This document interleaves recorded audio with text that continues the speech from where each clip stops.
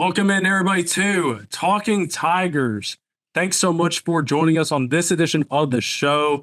As always, Ryan McDaniel here, joined by Coach G. Coach, how you doing as we get into the next season, which is the playoffs? How excited are you for to get into playoff football this week? I'm excited. I think last week gave us a lot of confidence going in. It was interesting how the playoffs shook out. I mean, people beating people within within the division kind of scrambled things up. You never really like playing the same team this close. Like we played Portageville 2 weeks ago, now I can play them again, and everything's still fresh. We know what they do. They know what we do. Well, the playoffs are exciting. You know, we always have that goal. We accomplish one goal by winning the conference championship, and then now we have the next goal, the big goal of winning the district championship. But we can't look too far ahead because we got Portageville this week, and then whoever wins between Scott City and East Prairie next week, hopefully. Absolutely. You mentioned that this big game that we had against St. Genevieve on Friday night, on senior night, a big game, a really physical kind of game too. How good is that for this team and for you guys as a team to have a physical type of game heading into the playoffs, in which the intensity is going to take the level's going to be taken up a notch? I mean, that was the most physical team we played all year.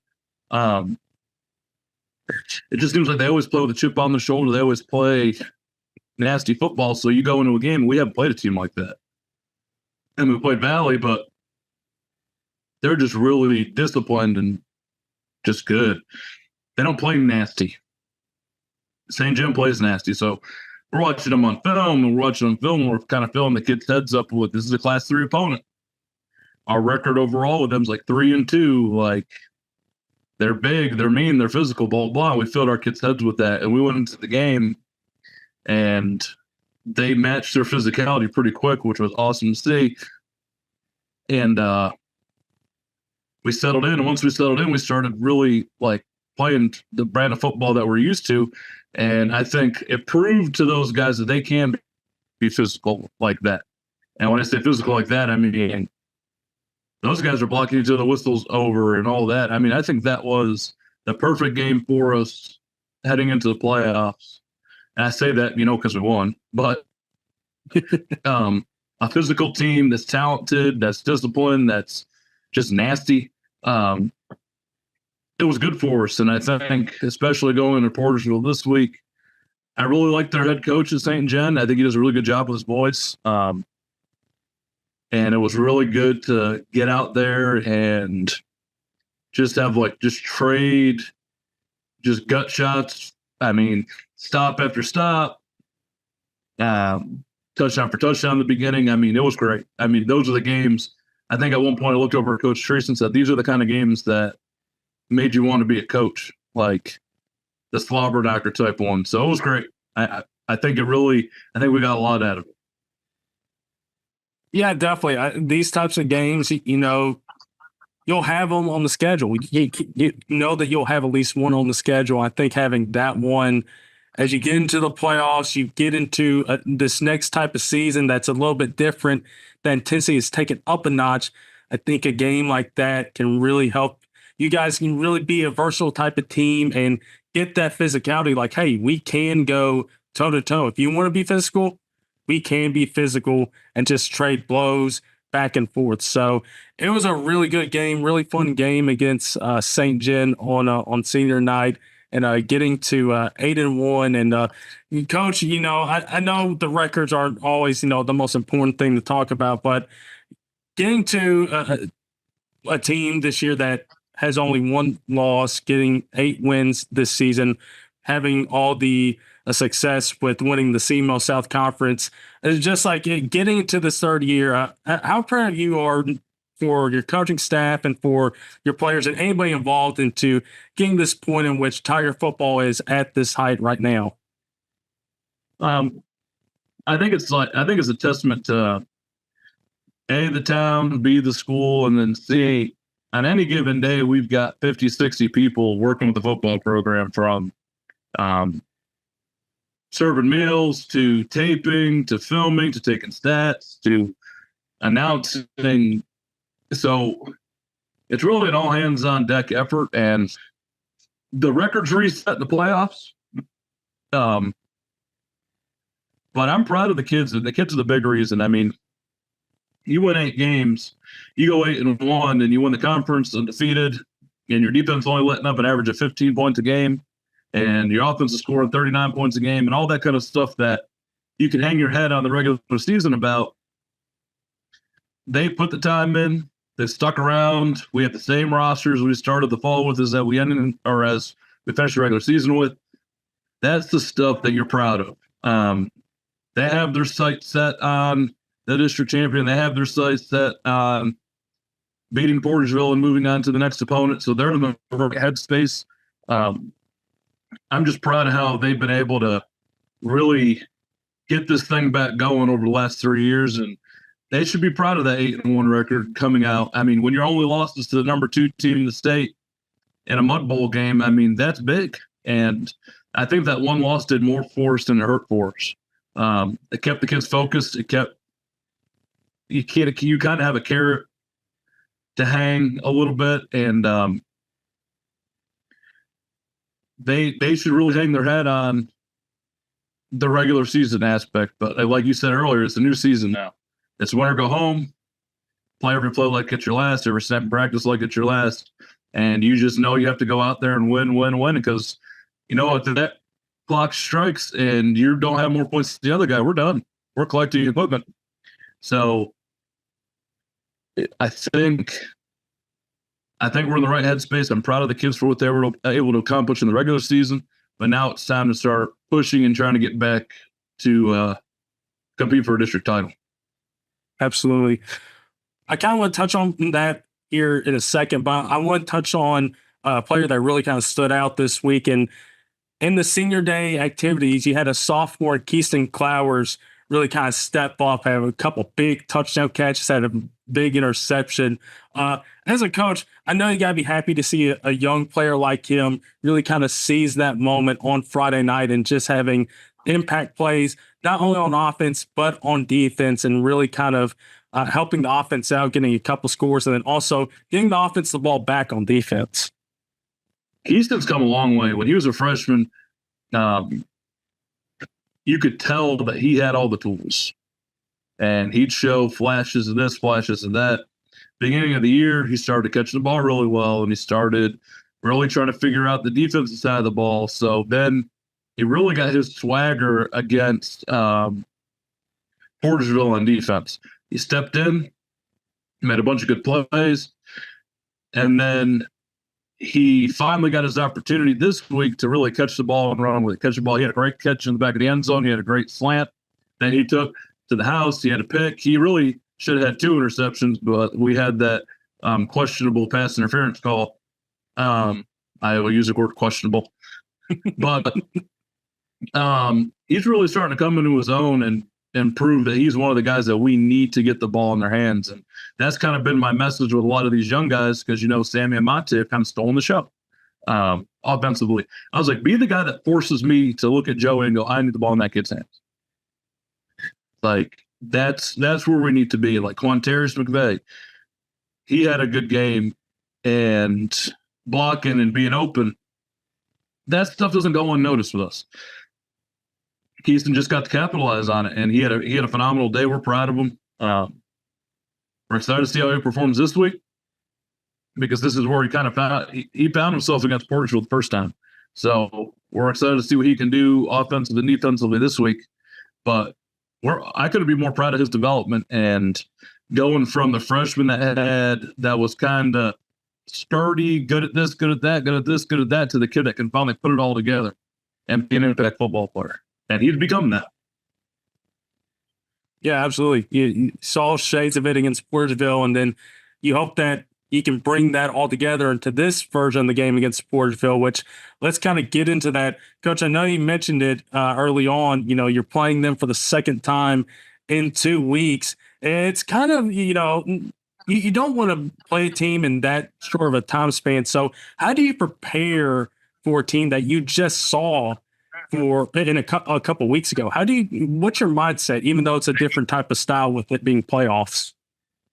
You have to know that they're going to have some wrinkles. You have to know they're going to have some shot plays that they didn't show us and they didn't show against New Madrid.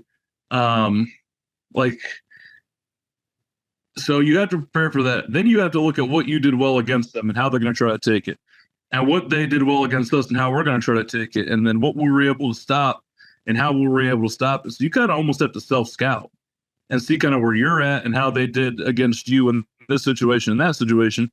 Like, I know we spent a lot of time on kickoff since that day. Now, we do special teams every day, but we spent some time on kickoff because they returned a kick against us. Like, that's a focal point for us. They got in that heavy package and they walked down the field. How we're going to address that? We have some wrinkles for them that they don't know are coming, because we had some stuff kind of in the pipeline and we got it put in this week and it looks really good. And we're going to really hammer those points. So when it really boils down to it, we have to self-scout. We have to be prepared for everything. And then we have to be mentally prepared for the unprepared. So they're going to come out with something we haven't seen, and we just have to be ready to make an adjustment. Absolutely. Of course, it being playoffs and playing it and coaching in some playoff games last year, just like, what is it? Kind of describe the playoff atmosphere, the preparation, the aspect of it like. Just kind of like, how different is it, if any, is it with the regular season? Just like, is the intensity there in the preparation and the coaching when you get into that playoff period? I think there's always like an anxiety about it when it comes down to it. I think the pressure gets a little deeper because it is the playoffs. But we've been preparing. So about 3 weeks in, we kind of switched how we game plan and prepare and practice. And it's really done us pretty good. And we took the playoff style approach of, okay, we're going to watch this, we're going to do this, we're going to do this. So we actually have had a playoff format the entire year. And because of that, we haven't had to alter much about our approach, about our attitude about things. It's been just systematic. We're going to do this, we're going to do this, we're going to do this. We're going to keep the same schedule. We're going to keep the same routine. We're going to keep everything the same. But the only change is the mindset of you win and you continue, or you lose and go home. And I think keeping it as normal as possible, keeping the days as normal as possible, and setting up throughout the year with a championship week mindset, you're not changing a ton. And I think that helps kids. I think once you get in the playoffs, you start making all these wholesale changes. We're going to change this and change this and change this and change this. Then you start to distract from what's important. Absolutely. And, I think you see that across a couple different levels in football, in which a lot of stuff has changed, and you have that happen, and it kind of disrupts the flow of the team as they get into playoff action. So it's going to be a fun environment on Friday night. I saw you on Facebook and say, hey, pack the stands. Just how big is having a packed out crowd at Hockey Field, get ready for playoff football, and really create a big home field advantage as we get the playoffs started Friday night? How big is that? When I could hear the crowd chanting defense, we were onto something. I mean, we have great fans. They get loud, they get passionate, they heckle the refs, which, we shouldn't do that, but it still fires me up. We have a great fan base, and having that stadium packed and you're just seeing people jump up and down, you can hear them chanting, you can hear them yelling and screaming. Like, there's nothing better, and it fires the kids up. And having that support from your hometown is huge. It really makes you feel like you're playing for something bigger than yourself. You're coaching for something bigger than yourself. So having people there is our people there, outnumbering their people there, is huge. Absolutely. And I think the fans are going to heed your words. I think they're going to pack the stands out on Friday, because This team has been good for them all season long. They've really enjoyed them, and they've shown up all season long at home or on the road. And you get that crowd showing up on Friday night ready for playoff football, knowing this type of team. I expect you're going to be hearing a lot of defensive chants over on the sidelines, and that'll get you even more fired up for playoff football. So that's the game on Friday against Portageville, 6:45 on the pregame call, 7 o'clock kick. Coach, let's talk about college football. And we talked a little bit about it before we started recording. Talked about Notre Dame and Navy last week. And, of course, you had a dog in both those teams. And then, of course, Notre Dame goes and blows out Navy 51-14. Just kind of like, how shocked were you to see that final score roll across the ticker? I was shocked, but I was pleasantly shocked. I mean, my dad's a Navy, 21-year Navy vet. I think I had a lot of faith in Navy. I still always have faith in their football team. And then after the interview, I read a quote from their head coach that said they look like an NFL team, and I was like, oh boy. I was like, okay, now I get it. So it was kind of bittersweet. I think this has been my worst week of picking ever. I think I went 0 for 2 last week. Because I think I picked Mizzou over Alabama too. Mm-hmm. So yeah, I went 0 for 2. It was a terrible week. Hey, listen, sometimes those weeks happen, Coach. Sometimes they happen, and you just like, it's just not your week. So, hey, listen, it was a surprise on both those accounts for both Mizzou. Didn't expect them to get shut out against Bama, but maybe Bama is back on the right track. So maybe you'll get back on the right track this week because we got 3 games. We got 2 Big Ten games, 1 ACC game. Let's start with the ACC game. We got Pitt and SMU. Both these 2 teams are combined. They only have 1 loss between each other. So a very much top of the ACC type of crew with them alongside Miami, Clemson. So Pitt, SMU, who you got? I'm going to go SMU because if you're a WWE fan, Hacksaw Jim Duggan went to SMU. So he's a Glens Falls graduate. So we have the same alma mater. So I'm going to go with SMU. Hey, there you go right there. Next one up, Big Ten, Oregon, Michigan. I'm kind of feeling Oregon, this can be a little bit of a trap game for them because Michigan, while they are down, they're not out quite yet. So how are you feeling about this one? Yep.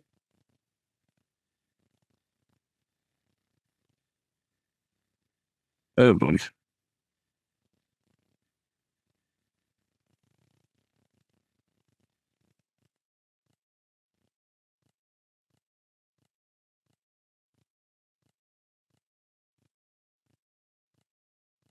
All right. Oregon, Michigan, #1 team in the country, heading to the Big House. Coach, I'm kind of feeling this could be a little bit of a trap game for Oregon. And I look at how Michigan's done, and like, yeah, they haven't been great this year, but I think Michigan can kind of surprise Oregon, but I also know Oregon's been playing really strong football as of late. How are you feeling about this one? I'm going to have to go with Oregon. My second least favorite team of all time has got to be Michigan. But I just think Oregon's rolling. I think they have, their defense is solid. Their offense is explosive. I don't think that's a team that's going to necessarily get bogged down with the hype because if they had, they would have already been trapped. I think the Big House has an intimidation factor because there's 110,000 people there. But I think that Oregon's going to be able to pull it out. And then we got another big game in that conference, top 5 game. Ohio State making the trip up to Happy Valley against Penn State. Now, Penn State does have a quarterback conundrum, possibly. Their starter could be out of this game and could be rolling with the backup. Ohio State, close one against Nebraska last week, and a couple of things showed up for Ohio State you kind of don't want to before a big game like this. So, top 5 game with these 2 teams. Who do you like? You like the Buckeyes or you like the Nittany Lions? I've been to a game at Penn State, and I think that environment, it was so loud there that I couldn't even hear it like muffled my ears.